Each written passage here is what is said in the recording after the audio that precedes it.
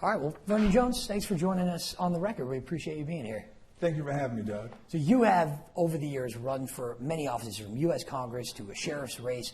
Why Secretary of State now? Well, Doug, first of all, I've won more than I've lost, and a lot of times you can compare me to Abraham Lincoln. If he had listened based on the races he lost, he'd never been president and never been one of the most admired presidents. And so most of my races, the ones that I did lose, I lost in a runoff. I think I only lost one race where it wasn't me being in a runoff. So we've always run a very effective campaign, which means grassroots people do connect with me. I may have been outspent based on money, and that has a lot to do with it. But the fact of it is, Doug, I appreciate public service. It's a higher calling. Certainly it's about sacrifices, but people want people that has good experience, been battle tested, and that they believe they can get the job done. So no one ever said I couldn't do the job, and no one's ever said that I didn't have what it takes to be in public service.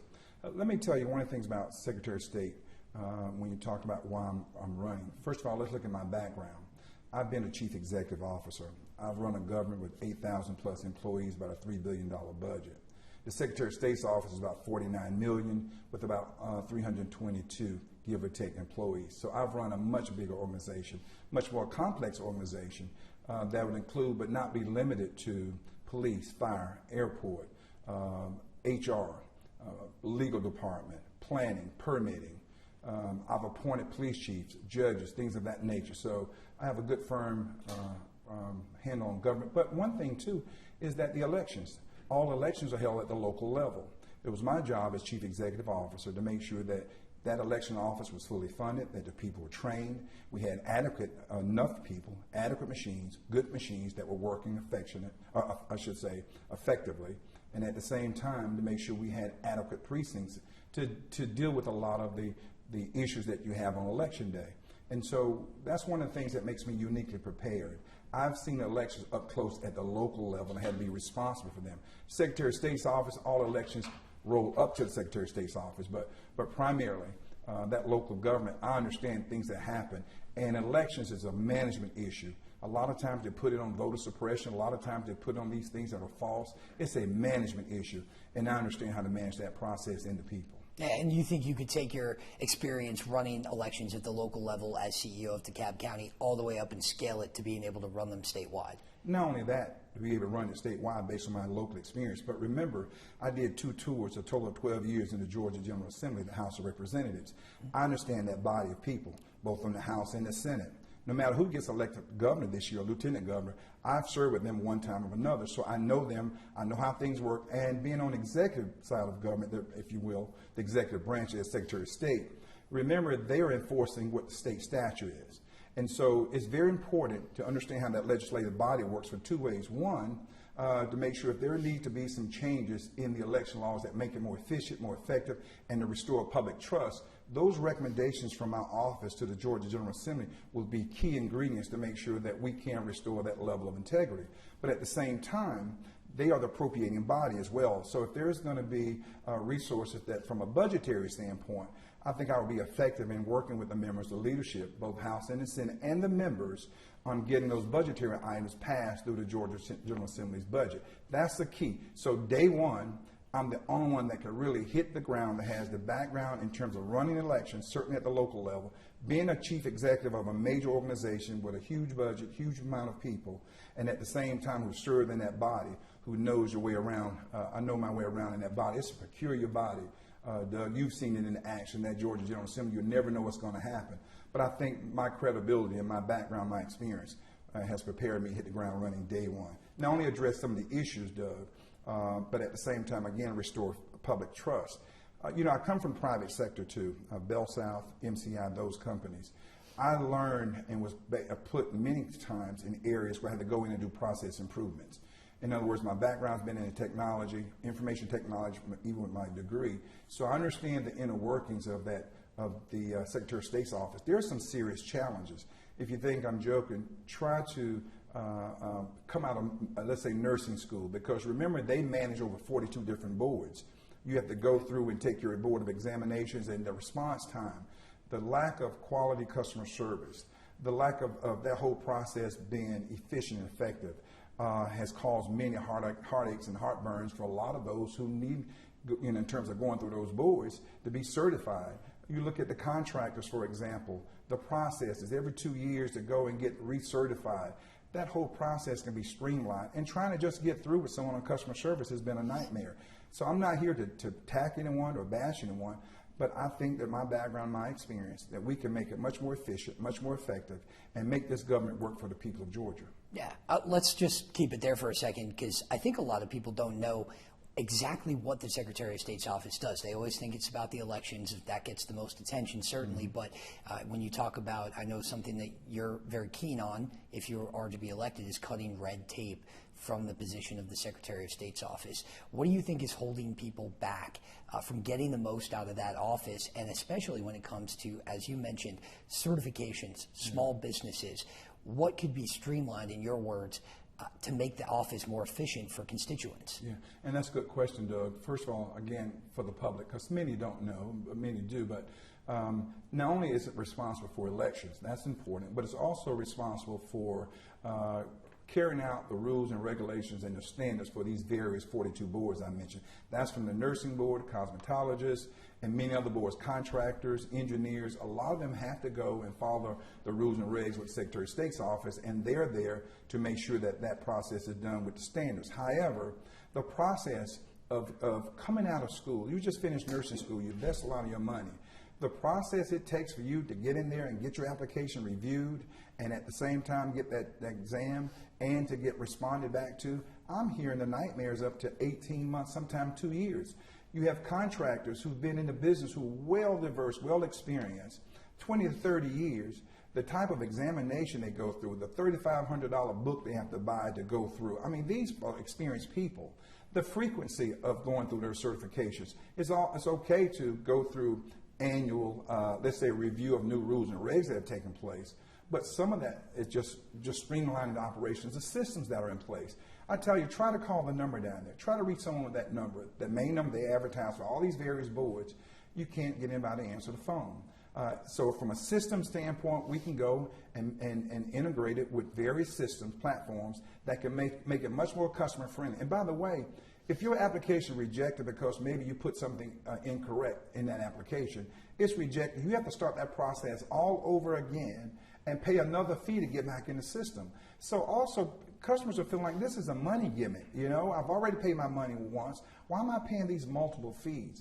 And so I want to make it where it's very easy. Not only that, Doug, a lot of information that can be made public without a cost.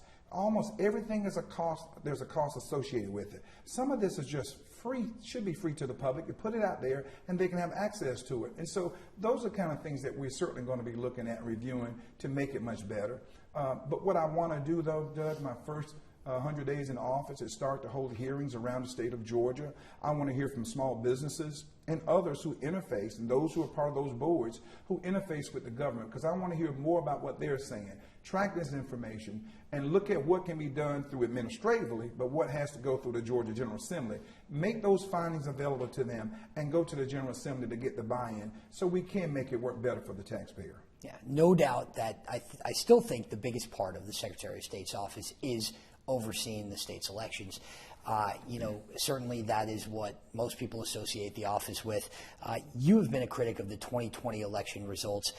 Even now, do you still have your doubts about the safety and the fairness and the security of that election?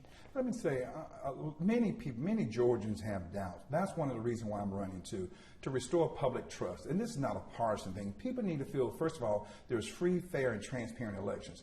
By the media's account and some others, they've said, well, there's no widespread fraud. Well, then that means that there's some fraud then.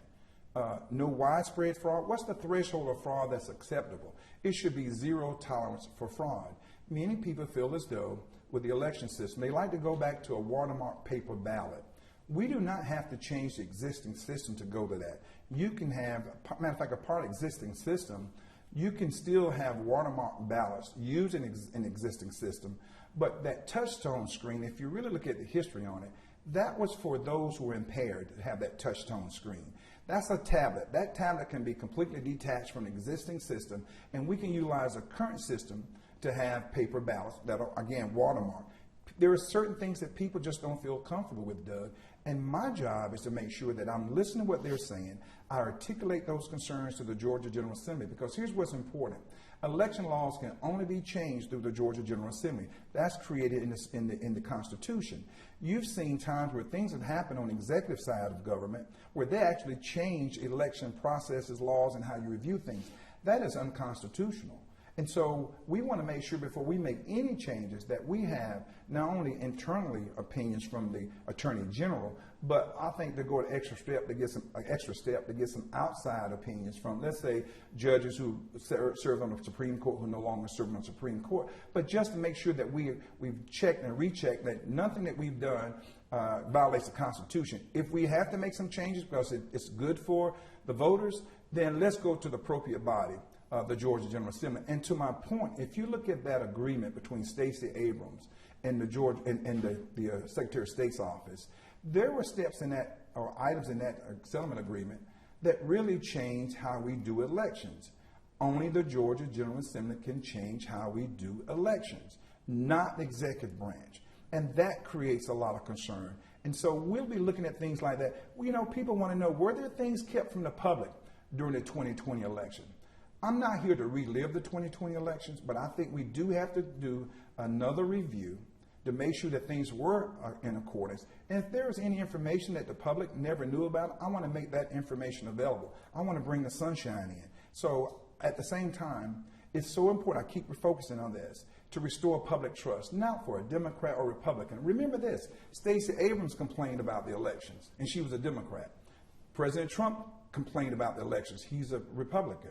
So that tells you there's been bipartisan concerns about our election, not only the apparatus, but the process that's in place. And so we just want to restore the confidence of the Secretary of State's office. And again, the public trust is utmost important.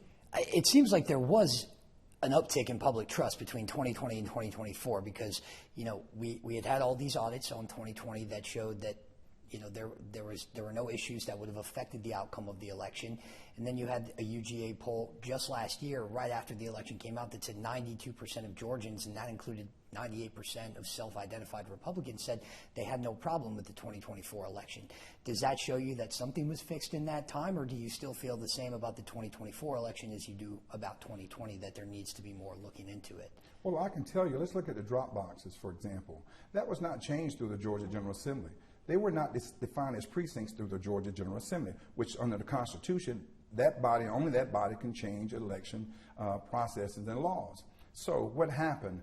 You saw that in 2021 where they came with that Senate bill where they codified a lot of things into law. Well, if what they did was legal, why did they have to codify it into law? That creates questions. Now, there were those who said that there was voter suppression, certainly among African Americans. What's interesting, the election after the 2021 codification of certain things in the law, more African Americans voted than ever in the history of Georgia's election history, which means that voter suppression they were talking about, that wasn't the case. So although they put it out there, but yes, it brought some level of assurance, but we can never stop reaching to make sure that you're 100% feel comfortable about the election. Now, you mentioned the polls.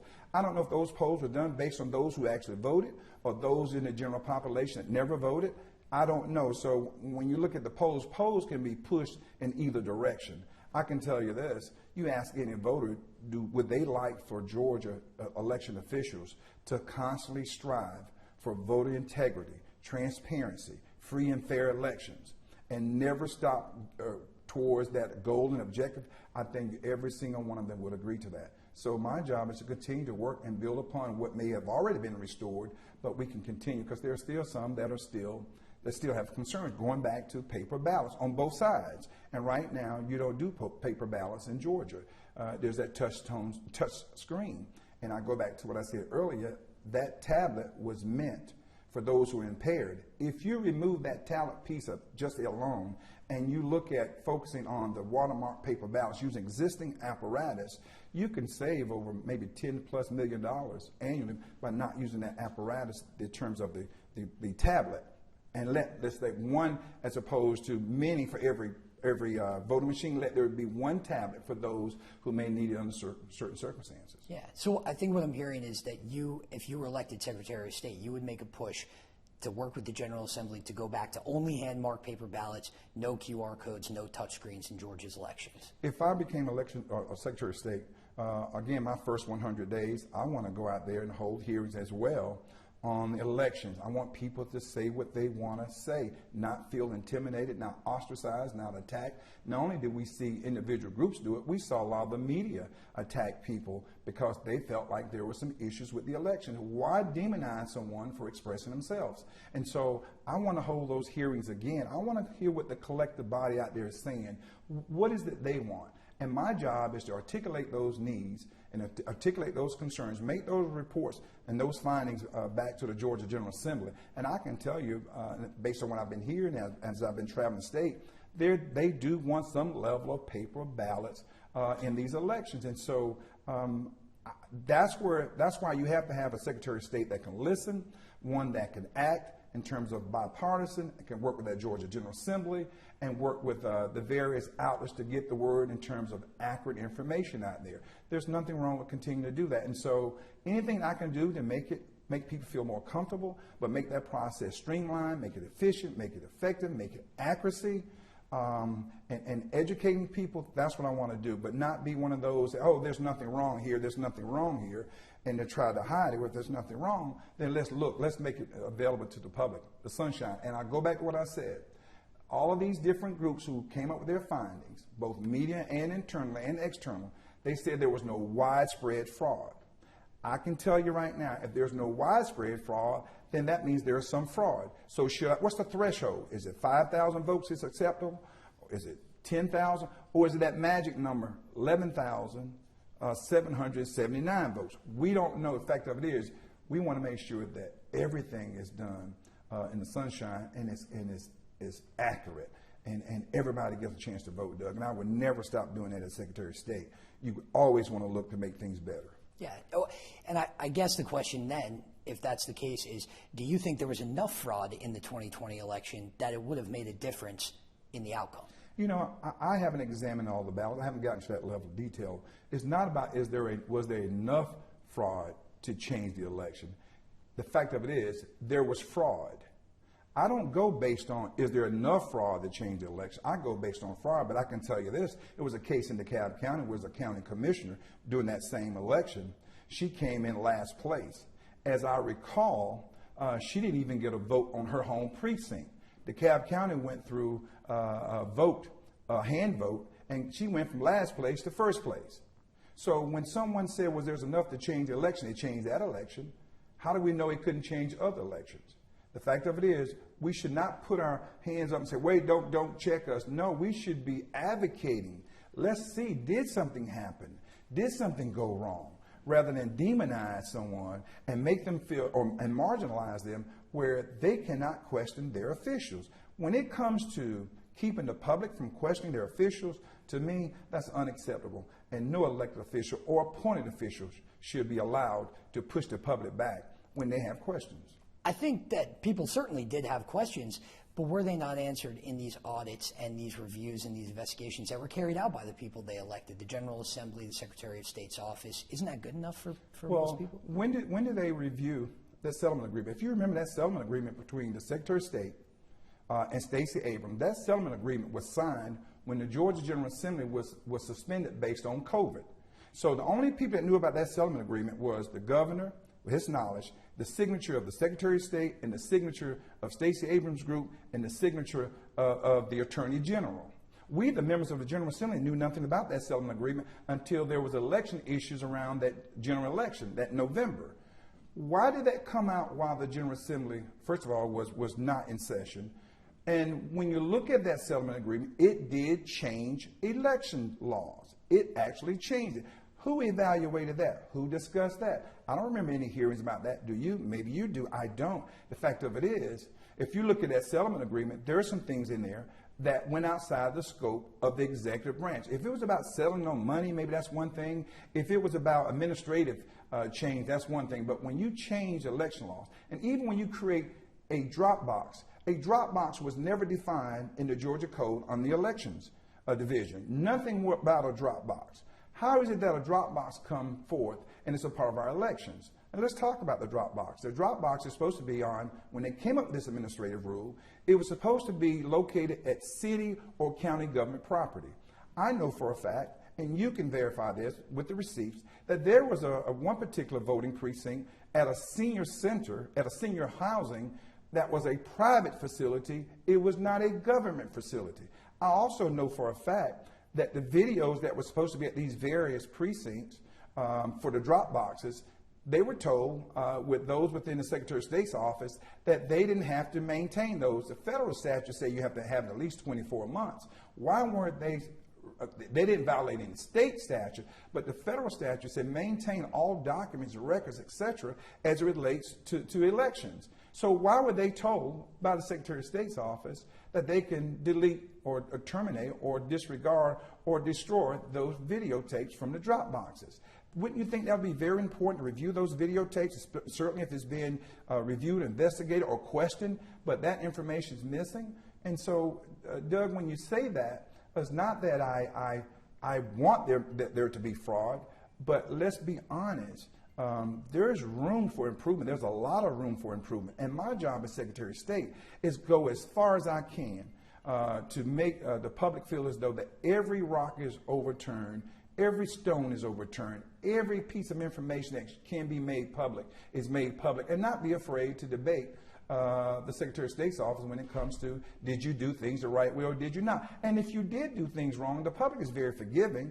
Just stand up and admit it. But I would never, as Secretary of State, I would never be talking with any official, whether local, state, or federal official, who had the right to question the election officials about an election and then have that conversation secretly taped. That's not living in the sunshine. I mean, both sides having lawyers there, and then one side is secretly taping a question and answering, and even no matter how intense it may be, if a person wants to challenge, you ask any elected official or those who's running for elections, if they feel as if they're going to be demonized, if they're going to be marginalized, if they're going to be secretly taped, if they're going to even be indicted for questioning elections, then we're living in a police state. And that should not be the case, Doug. Yes, secretly, but not illegally taped, I think is a distinction that we should make. Well, I didn't say legally, I said secretly. Why can't we be open and honest? Do you tape every official who call in and question the elections, or you have certain ones that you want to target? It doesn't make sense. What's your standard practice? If your standard practice is taping, that's one thing. But if you're doing it sporadically, why not make it a part of the policy? And say, okay, anybody who calls, and the Secretary of State and its officials on the line, let you know that these minutes are going to be recorded. It's going to be taped, so both sides can be able to say, okay, this is what I said, this is what I didn't say. You know, be able to have that record. Why not have a record? Why do it secretly? That's not living in the sunshine. That's not something the Secretary of State's office should be doing. That's, to me, you leave yourself up to be questioned. Are you being partisan? Or do you support a particular candidate over another one? Let's eliminate that. Let's not have that in place. This is not a place for friends and family. This is the Secretary of State's office, and they should have the highest level of integrity when they're carrying out elections. Yeah, I know that obviously you're a big supporter of President Donald Trump. You've called yourself the Black Donald Trump. What would you have done in that situation if you were Secretary of State during that call? Well, first of all, I would like to question you to show me receipts where I said that I am the Black Donald Trump. Again, misinformation, disinformation by those who in the liberal network, a liberal community, who just want to oppose Vernon Jones because I'm an independent thinker. The fact of it is, that's what someone else called me. I am Vernon Jones, and I am not Donald Trump. Do I agree with Donald Trump on a lot of things? Absolutely. Do I disagree with him on a lot of things? Absolutely. But you disagree with your family members. The fact of it is, I support questioning our election officials if we feel as though something was wrong. And remember now, I was a member of the Georgia General Assembly, and I saw that elections, and I saw what happened with that settlement agreement that was done in closed doors behind the backs of the Georgia General Assembly. And so that had nothing to do with Donald Trump. That had to do with voters making sure that, hey, that everything's in the sunshine. And as a member of Georgia General Assembly, do not usurp my authority And if you're an executive side of the branch and we're the legislative side of the branch, you can't usurp our authority to be able to change election laws. It's in the Constitution. And so I want to be clear about that. Again, normally I have my receipts, and I got my receipts in this case. Again, I guess I'll use a word from President Trump. That was fake news, what someone said I said. Yeah, well, I appreciate that setting me straight on it. But again, I think that there's no question that, and as you said yourself, you agree with Donald Trump on a lot of things. In fact, in 2021, you had switched parties from being a Democrat for most of your long career to being a Republican. Was it Donald Trump that made you want to make that party switch, or if it wasn't, what was the deciding factor? No, it had nothing to do with that. I saw Joe Biden, who I knew then. I thought he had failed as a United States Senator. I saw him as a United States Senator where he passed a crime bill, where he warehoused and jailed thousands and thousands of black men with egregious sentences, to the point where many of them died in jail because their sentences were so long, based on whether it's crack versus cocaine. And his son was one of the biggest crackheads there is, but he gets off because his father can pardon him. And then you want to say, well, the love of a father for his son. Well, what about all those black men that went to jail? They had fathers too. They had love for them, but they didn't have the luxury of having their dad to bail them out. And so when I saw what he did with that crime bill, I knew many people from a distance and some more closely that served those egregious sentences in prison. And so how can I support a man who targeted African-American men to warehouse them and jail them, and many of them were not able to vote after that because they had felons on their record? And so I saw Donald Trump talk about prison reform, and he actually carried out that prison reform. But also, again, I had a lot of thoughts about Joe Biden. Joe Biden always thought that he could think for African Americans. I mean, think about some of the things that Joe Biden said. One, if you don't vote for me, you're not black. Two, that Latinos are more diverse in their thinking than African American men or African Americans, period. Three, he said that, you know, the reason why black businesses fail is because they don't have lawyers and they don't have accountants. Well, look, me and many others, we have lawyers and accountants in our business, and many of them are African Americans. Not because they're African American, but because they are good lawyers and they're good accountants. And so when you're insulted like that as an African American, and then you've been pushed where you want to talk about there's more than two genders, there's 72 different genders. I don't agree that there's 72 different genders. I believe there's male and there's female. There's woman and there's man. Now, you can identify what you want to identify as, but that's my belief. Don't make me believe that a man can have a baby. I just don't believe a man can have a baby. Joe Biden wants me to believe that a man can have a baby. I just don't agree with that. And so when I look at Joe Biden's policies, and I look at how he has had African-American support for so many years, but when I look at his record in the African-American community, he devastated the African-American community. An entire generation was lost based on his policies. And so I am intelligent enough, like many African Americans, like many voters, period, that I can judge a man based on his policies, not on his party. That's why we're in the fix we're in now. We're in a shutdown now because of partisan politics and not what true policy is. And so I can make my decision on policy, and that's how I made my decision. And the Democrat Party, I didn't leave them, they left me. The values that I grew up with in North Carolina as a Southern boy, hard work, education, faith-based, those are my guiding principles. The government doesn't owe you anything. Kennedy said it best, John Kennedy, not what you can do for your government can do for you, but what you can do for your government. And so when I look at also African Americans being marginalized to feel like they have to have the government's assistance all the time, that they don't have access to not only employment but entrepreneur spirit, to go out and create businesses that will create jobs that really makes them self-sufficient. Joe Biden does not subscribe to that. So it was an easy decision between Joe Biden and Donald Trump based on policies. Yeah.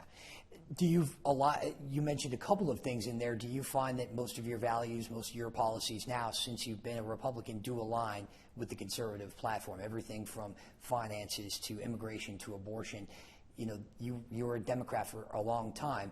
Have you made that kind of full come around? And for the record, we asked the same thing of Jeff Duncan when he was here, because he did a similar thing with parties. But, you know, do you find that since you've made the change from the Democratic to the Republican Party, your values, your policies now align with the conservative values and policies? See, that's the biggest trick of all.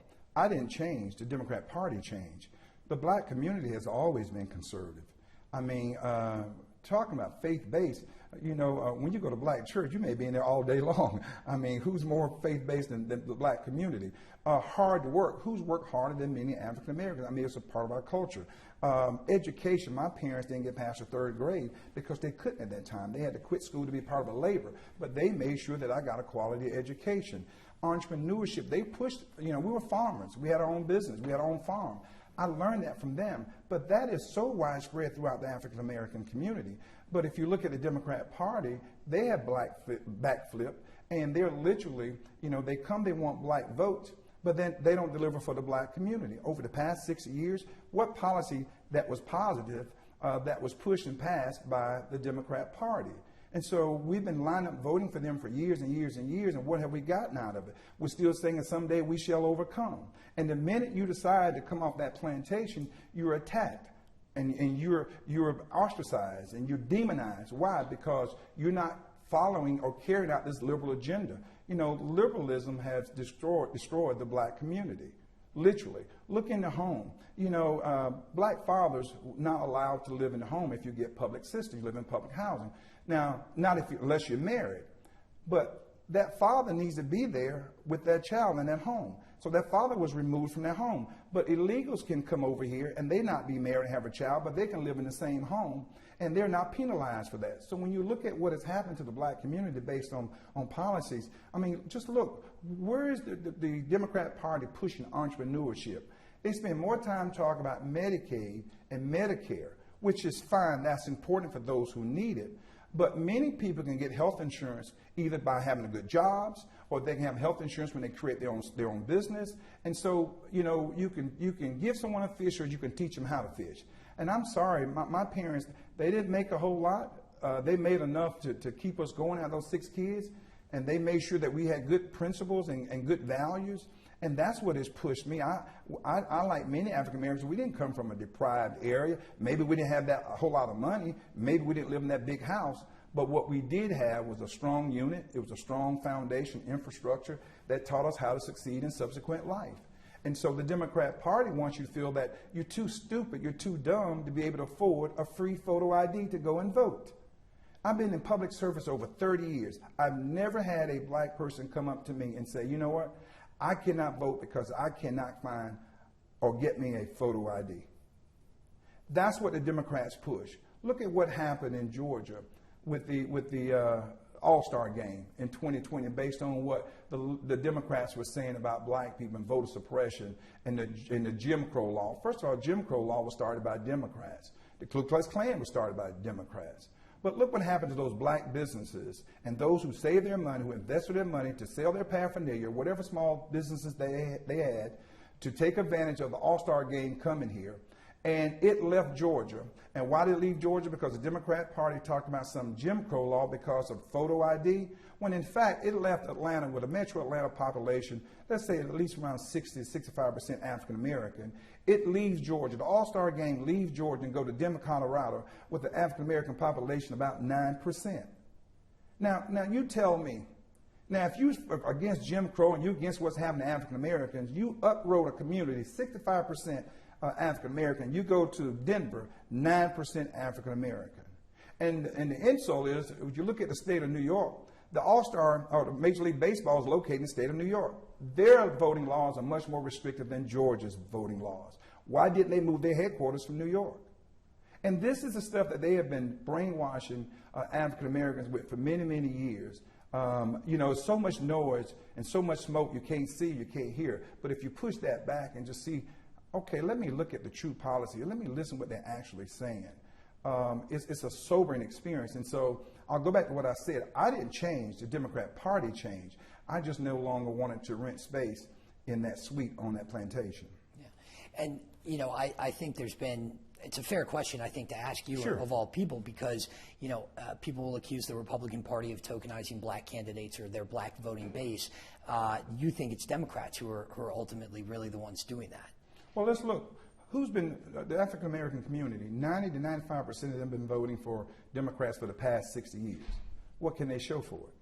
Now, let's look under the Trump first administration. Prison reform, criminal justice reform. A lot of those African Americans jailed by Joe Biden have been released. Let's look at Opportunity Zone District that was created in communities so businesses can invest in those communities and hire people from those communities. Many of those communities have a large population of African Americans. Well, that happened just within the first 4 years of the Trump administration. Look at HBCUs. HBCUs, historically, many of them have struggled in terms of finances, but under the Trump administration, they no longer have to go to Washington and beg for money year in and year out to get in the budget. It was codified into law. They're going to get it based on the law. So in just that short period of time, that's what Republican administration did. You can look at the Martin Luther King holiday that was passed in Washington.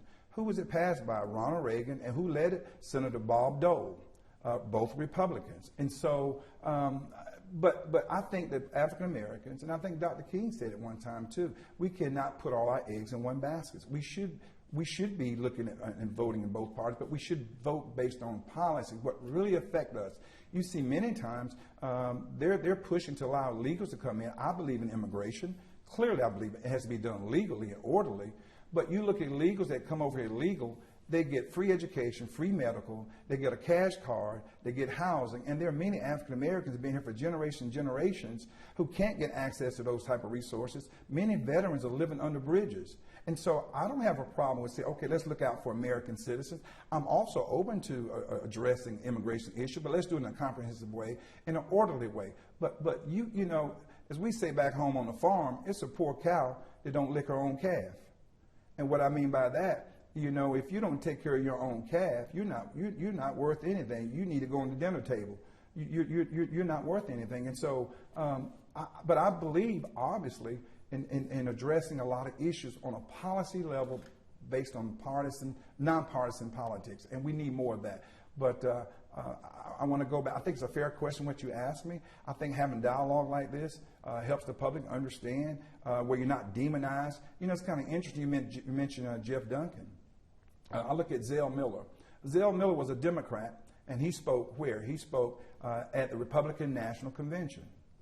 No one in the Democrat Party had an issue with him, but when Vernon Jones spoke at the Republican National Convention as a Democrat, why was I treated differently? Why was I demonized by the media here? Why was I demonized by the Democrat Party? I did the same thing Zell Miller did, the exact same thing. You talk about Jeff Duncan. Jeff Duncan just decided, okay, in the past few weeks, he wants to be a Republican. Past few weeks. Well, okay, forgive me. I said I believe I was anti-abortion. I'm not anti-abortion anymore. I said I was anti-Medicaid, Medicare. I'm not anti-Medicaid, Medicare anymore. He's coming back. He's done a 360. Matter of fact, he did a Michael Jackson moonwalk. But my position never changed. I still feel the way I feel. I still believe what I believe in. And not that anybody can evolve, but you don't do it for political purposes. I didn't know Donald Trump when I came out as a Democrat to support Donald Trump. Never met the man, anything. I just heard what he had to say. I listened to his policies. I looked at Joe Biden's history, 50 years of doing nothing that was punitive to the African American community. It was a no-brainer. When Nelson Mandela got out of jail and came to America, none of these big corporate companies would put him on his plane, on their private plane, so he can fly around and meet various folks here who have been supportive over the years. But it was Donald Trump who allowed his plane to be used to help Nelson Mandela. When Jesse Jackson and Al Sharpton got ready to run for president, who's the first person they went to get a campaign contribution? Donald Trump. And so, I just don't understand how, there's double standards. The fact of it is, I am who I am. I haven't changed. And I think your listeners, whether they're black or white, if they've listened to this interview in its entirety, I think they can see clearly that what I'm saying is sensible. They may not agree with it, but I think they say that it's rational and sensible. And a lot of people out there feel exactly the way I feel. A lot of African Americans feel exactly the way I feel. That's why when we win the Republican nomination and get into the general election, I'm going to be the biggest threat to the Democrat Party. Why? Because I'm able to build a bipartisan group, both Democrats and Republicans, who believe faith-based, hard work, education, entrepreneurship. They want that Secretary of State's office to work for them. They want to see someone who's pushing, who's pro-business, and the Secretary of State's office is the gateway to businesses. That's where it starts. And so I just believe in what I believe based on my upbringing in rural North Carolina, just farm boy. Yeah. Well, you mentioned your primary race. You know, you're no stranger to runoffs, certainly. One of your main opponents is going to be Gabriel Sterling, who, you know, has been for the last couple of years the COO of the current Secretary of State's administration. He was very outspoken about the fact that 2020 was safe and secure, and I know that we've already talked about some of the doubts you have about that. Do you think, you're both Republicans, do you think you'll collect very different sectors of the Republican base in this primary? Well, let me tell you this. Gabe Sterling was a part of the Secretary of State's office. He's there, he's working there, he makes $100,000 as an employee.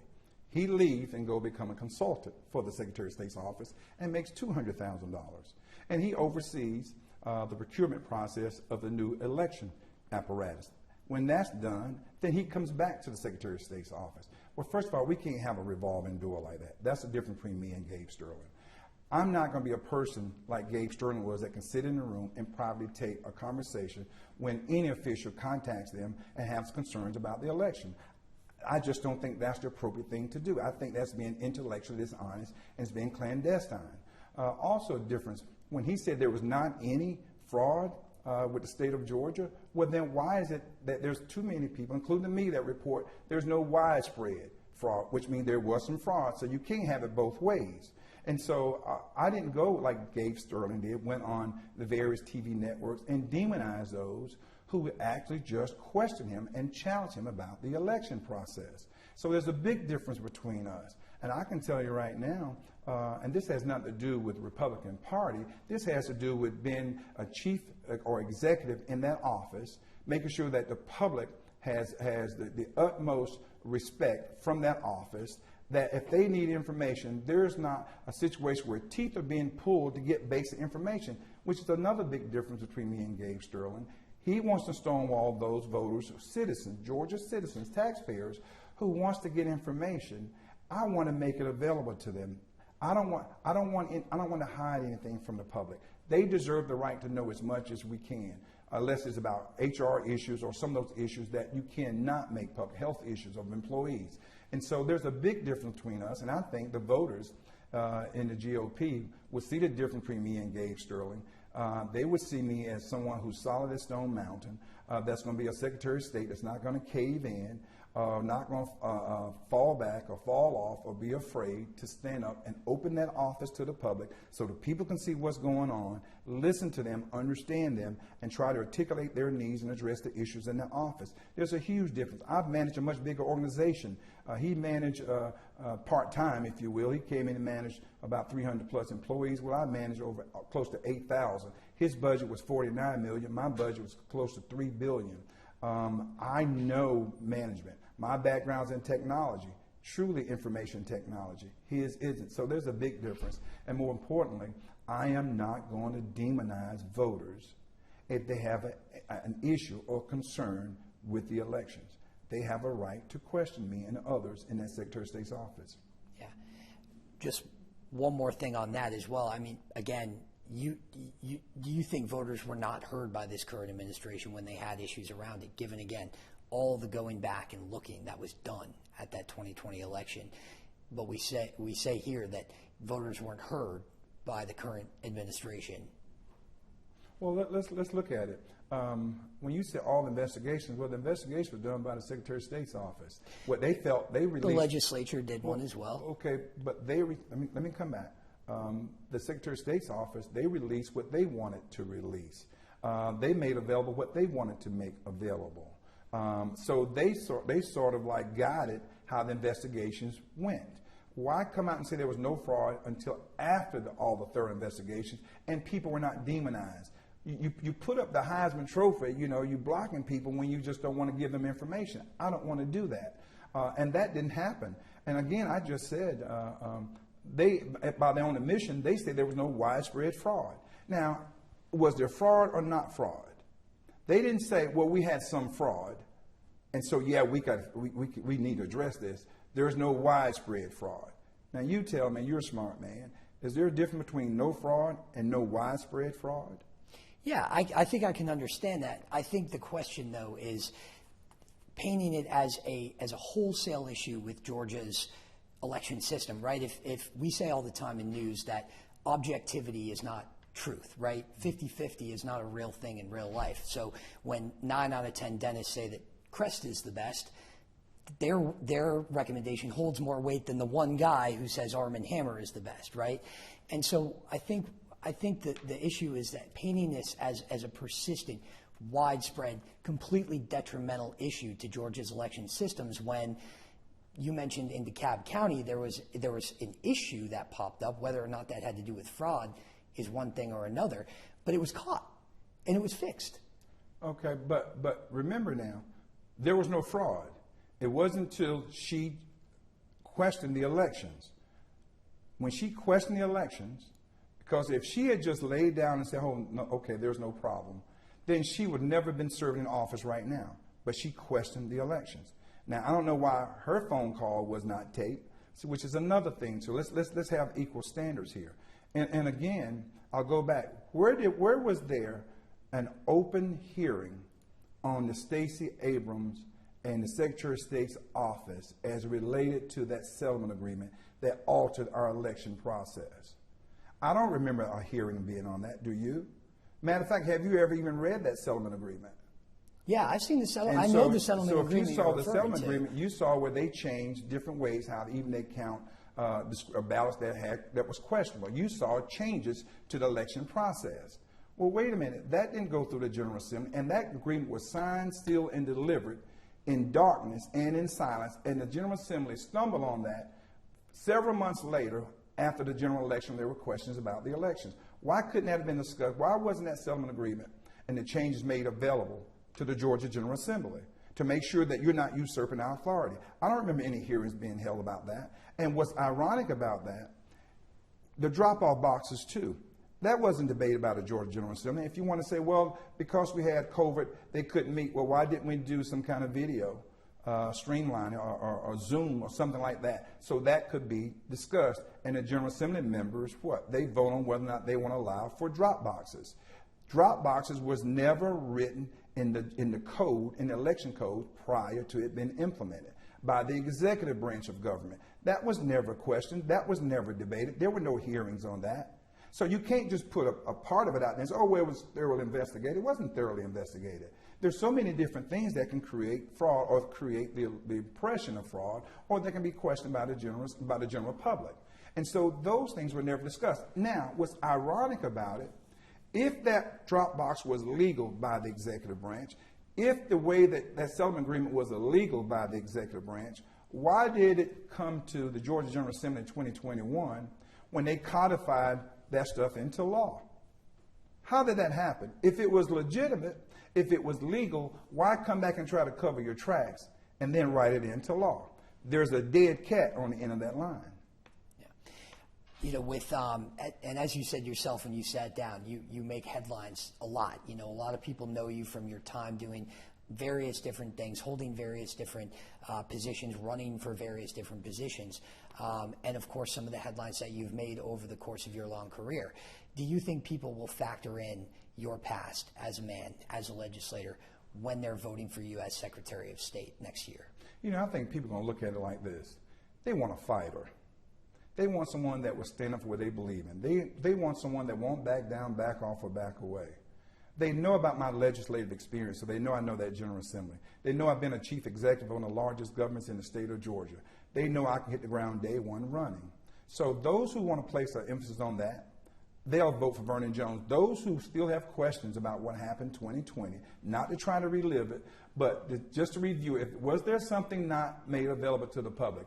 I think they want someone who can come in and say, okay, here's what was not made available to the public. We're not trying to relive it, but we want to make sure that that doesn't happen again. So let's fix that so it won't happen again. And that's where I come in as a chief administrative officer, as a long-term, very knowledgeable legislator. People want someone that they feel that's not a part of the establishment, that's not going to be about family and friends, but it's going to be about getting the job done, that's going to restore public trust. Will there always be some that would doubt? I'm sure, but you never stop trying to answer and address their concerns. And so when you look at the field of who's running, clearly, no one has the executive experience I have. No one has the legislative experience that I have. And no one has been more of a fighter than I have. They may work hard, but I'll work harder. They may work long, but I work longer. Public service is a higher calling. It's not about how many times you run. People need to have choices. That's the problem now. You see some of the elections going on now. They're trying to choose the less of evils. People want good choices. I bring stability. I bring knowledge. I bring depth. I bring executive experience. I bring legislative experience. I believe that people will look at that and they'll make a decision. One thing about it, I go along with what the public says. If the public votes me in, I appreciate their vote of confidence. If the public does not, I don't get the majority of votes, I think about those voters who did come to the poll for me because I represented them. And too many times we're worried about who won. Well, look at those voters who vote for the person. Maybe that person didn't win, but that voter believed in that person. That voter had an opportunity to go there and cast their vote on behalf of that person, whether they win or not. And I want to protect that person, or all people who want to go there and cast their vote from whomever they want to cast it for. That's the job of the Secretary of State, to maintain the sanctity and the sacredness of the voting process with integrity, transparency, and out of full and open disclosure to the public. All right. Well, Vernon Jones, thanks for joining us on the record. We appreciate it.